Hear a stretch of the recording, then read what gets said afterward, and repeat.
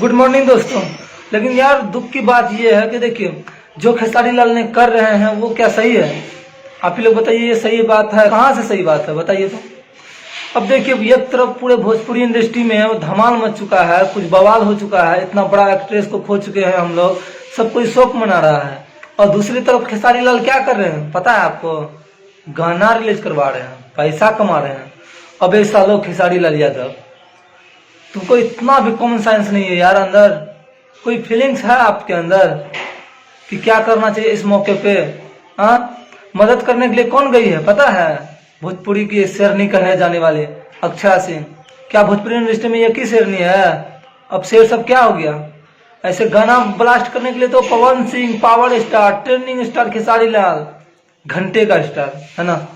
तुम लोग घंटे का स्टार हो रे, कमाई करने के लिए कुछ भी। जहाँ गाना पे गाना के सेट में जाओगे ना, हीरोइन सबको बोलेगा अब बाबू तुम आगे बढ़ो, तुम्हारे साथ पूरा भोजपुरी इंडस्ट्री है। हम लोग भोजपुरी इंडस्ट्री में एक परिवार की तरह जीते हैं। घंटा तुम लोग परिवार की तरह जी रहे हो। अभी तक सारा कोई सामने नहीं आया है। इतना बड़ा हादसा हो चुका है, आकांक्षा दुबे अपने जान दे बैठी है, अब दुनिया में कभी वापस नहीं आएगी। और लेकिन तुम लोग यार गाना में भी व्यस्त हो।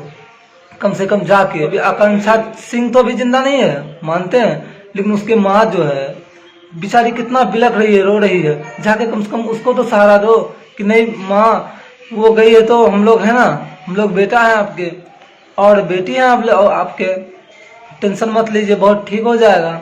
लेकिन नहीं सालो, तुम लोग सुधरने वाले हो कहाँ?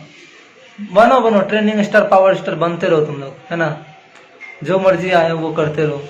अल्लाह पवन सिंह से मैं कहना चाहूंगा, विनती पवन सिंह से कि भैया देखिए लास्ट गाना आपके साथ आया था ना पवन सिंह, हाँ पावर स्टार भैया आपके साथ आया था ना लास्ट गाना, उसी में से वही गाना को मतलब कुछ ही प्रतिशत काट के उसको दे दिया जाए, उसका माँ को कम से कम सहारा तो होगा।